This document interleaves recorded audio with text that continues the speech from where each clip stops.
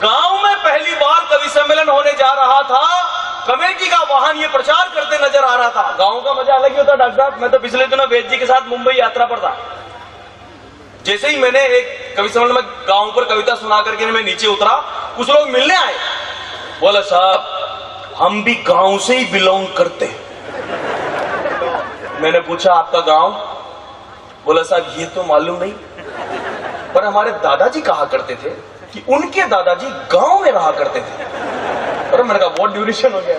4-5 तो अड़ी गए, छाती में चढ़ के बोला था हम आपके साथ गांव चलेंगे। मैंने कहा चलो। अब जैसे ही गांव पहुंचे, गाड़ी से नीचे उतरते ही एक ने गांव की मिट्टी को प्रणाम किया, दूसरे ने उठा के माथे के लगाया, तीसरे ने हाथ में लेके सूंघा। बोला गांव की मिट्टी की क्या खुशबू है। मैंने कहा हुजूर आपके विचार तो बहुत सोबर है, पर आपके हाथ में मिट्टी नहीं गोबर है। तो गांव में पहली बार सुनो, पहली बार कवि सम्मेलन का मजा बता रहा हूं। गांव में पहली बार कवि सम्मेलन होने जा रहा था। कमेटी का वाहन ये प्रचार करते नजर आ रहा था। देखना न भूले कवि सम्मेलन विराट, और साथ में लेकर आए अपनी अपनी खाट। क्या बिछाने के लिए साथ लाए बोरी, और घर पर ही छोड़कर आए छोरा छोरी। गांव में इस तरह का कवि सम्मेलन कभी नहीं हुआ था। जब भी हुआ था सम्मेलन के नाम पर किसान सम्मेलन या सामूहिक विवाह सम्मेलन ही हुआ था। गांव में तो मस्त मेले भरते हैं, मेलों का आनंद अलग ही होता है। मेरा मठाई ली मिलगी, किस्मत की घड़ी बदल गई, आँखें में आँखें गलगी, कितना में लाइटा चल गई। और लाइट जाते सुंदरकांड शुरू। एक हाथ फूकणो और दूजा में पुपाड़ी बोले ओले ओले बात कह दी टेम न गुजरता, हाथ न पकड़ मस्कार बोले भाई लोग गण दिन हो गथन काल जो गुजरता, कितना में लाइटा आगी और अकल शकल चकरागी, वो तो जाने कठिन भागी, बूढ़ी माई को हाथ पकड़ागी। गांव में इंसिडेंट होने में टाइम नहीं लगता है। गांव में जब भी हुआ था सम्मेलन के नाम पर किसान सम्मेलन या सामूहिक विवाह सम्मेलन ही हुआ था, एक 1.5 होशियार आदमी शहर के कवि सम्मेलन का किस्सा सुना रहा था। 1.5 होशियार में तो आप समझते हो ना, 1.5 होशियार वो होता है जो वो नहीं होता है वो बताने की कोशिश करता है। जैसे तेजी से साइकिल चलाते हुए एक आदमी गिर गया तो मैं उसको उठाने के लिए दौड़ा, बोला रहने दे ये तो मेरा उतरने का स्टाइल है। एक 28-30 साल के लड़के से कहा इतना बड़ा हो गया अभी तक कुंवारा, अब तो कोई बीवी लिया। बोले यार मैं भी यही सोच रहा हूँ पर किसकी लाऊं। मैंने कहा तो रहने दे, 1.5 होशियार होते हैं बड़ी ऊंची चीज है साहब। एक आदमी का तो हाथ गन्ने के रस की मशीन में आ गया। मैं उसको सांत्वना देने गया, मैंने कहा यार अच्छा रहा तेरा बायां हाथ आया, भाई दी दायां हाथ आ जाता तो बहुत मुश्किल होती।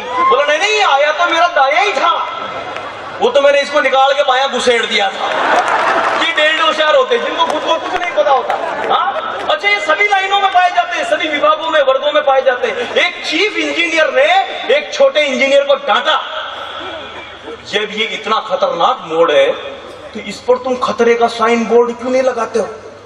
तो छोटा इंजीनियर बोला साहब शुरू में लगाया था, पर बहुत दिनों तक जब कोई एक्सीडेंट ही नहीं हुआ तो हमने उसको बेकार समझ के हटा दिया।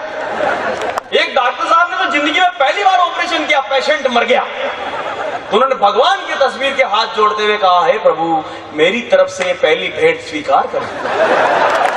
ये सभी रसों में सभी तरफ सभी दिशाओं में ये 1.5 होशियार पाए जाते हैं। तो गांव का एक 1.5 होशियार आदमी शहर के कवि सम्मेलन का किस्सा सुना रहा था। सुनाकर लोगों को डरा रहा था। एक कवि ने मौत के कुएं में ऐसी मोटरसाइकिल चलाई। कवि सम्मेलन के बारे में बता रहा है वो। एक कवि ने मौत के कुएं में ऐसी मोटरसाइकिल चलाई, ना कवि नजर आया ना मोटरसाइकिल नजर आई। एक कवि ने तो ऐसा गजब का जादू दिखाया, एक छोरे और छोरी को गायब कर दिखाया। तो दूसरा बोला भाया फिर छोरे छोरी तो क्या, उनकी माँ को भी घर भरी छोड़ कर जाएंगे, बेटे टाले गायब हो गई तो रंडवे नहीं हो जाएंगे। दूसरा बोला सुना है कवि भी सारे विराट हैं, लिखा जाता है विराट कवि सम्मेलन, देखो वहां भी लिखा गया ऐसे ही विराट कवि सम्मेलन। अगले के दिमाग में वो कथा में सुना हुआ था कि भगवान कृष्ण का विराट रूप, उसके वही घूम रहा। बोला सारे कवि इतने सारे विराट आ जाएंगे कितना मुश्किल हो जाएगा। बोले कवि भी सारे विराट है, कुछ कर भी सकते हैं, उनको देख करके हम डर भी सकते हैं। अब कवि सम्मेलन की रात गांव के एकमात्र मास्टर जी मंच पर आए और अपना ज्ञान जताने लगे। कवि सम्मेलन के पहले जो संचालन करते हैं ना, तो वो गांव के एकमात्र मास्टर जी मंच पर आए और अपना ज्ञान जताने लगे, आमंत्रित कवियों के नाम बताने लगे। सांड, शनिचर, भांड, फटीचर, अक्खड़, उदास, फक्कड़, निराश, दीवाना, हुल्लड़, पागल, कुल्लड़, चर्चित, झटका, उपेक्षित, खटका और साथ में मैनपुरी, चैनपुरी, कानपुरी और रामपुरी है। इसलिए मंच से दूरी बनाए रखना बहुत जरूरी है। नाम सुन करके रोमांच बढ़ता जा रहा था। नामों का अलग ही आनंद होता। आज सुबह एक आदमी आया मेरे पास, बोले साहब मेरे एक लड़का हुआ है, उसका नाम, मेरे 100 जुड़वा बेटे पैदा हुए, उनका नाम रखो। मैंने कहा कुछ भी रख दे, कुमार विश्वास रख दे, वेदव्रत रख दे। बोले नहीं, मेरे पहले जो 3 लड़के हैं उनकी टक्कर के नाम बताओ, उनके जैसे के जैसे नाम बताओ। मैंने पूछा पहले के 3 लड़कों के नाम, बोले एक का नाम मुरलीधर, दूसरे का नाम बंसीधर, तीसरे का नाम धरणीधर। तो नाम में धर तो आना ही चाहिए। मैंने कहा जा एक का रख दे इधर, दूसरे का रख दे उधर, तीसरा और हो जाए तो रख देना किधर, चौथा फिर हो जाए तो मेरे पास आना, मैं तेरा नाम बदल के रख दूंगा अब सुधर। तो नाम सुन करके ही रोमांच बढ़ता जा रहा था।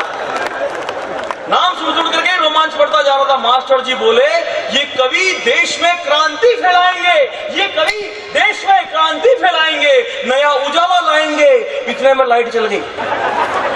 लोग बोले रे बेवकूफ मत बनाओ, नए की छोड़ो, पहले पुराना वाला उजाला वापस लाओ। फिर उजाला आया। मास्टर जी बोले ये कवि देश में क्रांति फैलाएंगे, श्रृंगार, हास्य, वीर, रौद्र और करुणा जैसे रसों का जलवा दिखाएंगे, रौद्र जैसे रसों का जलवा दिखाएंगे। तो एक बोला रे यार ये हमारा ध्यान रसों की तरफ खींचने वाले हैं, जरूर ये सारे कवि रस बेचने वाले। तो दूसरा बोला हमारे गांव में तो गन्ने का रस ही चलता है। तीसरा बोला चुप कर, भगवान की बनाई हर चीज में से रस निकलता है।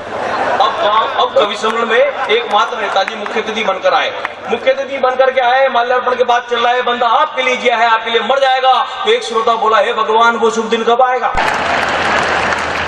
ऊंट के पांव बादले में नजर आने लगे थे और श्रोताओं के लक्षण कवि सम्मेलन का भविष्य बताने लगे थे। अब कवियों में से एक कवि को संचालक बनाया, जैसे अभी डॉक्टर कुमार विश्वास को बढ़ाया। उन्होंने मां सरस्वती की वंदना के बाद पहले कवि को बुलाया। पहला कवि आते ही बोला आशीर्वाद चाहता हूं। एक बुजुर्ग आदमी लहराते हुए स्टेज पर आ गया, उसके हाथ में लाठी देकर के कवि घबरा गया।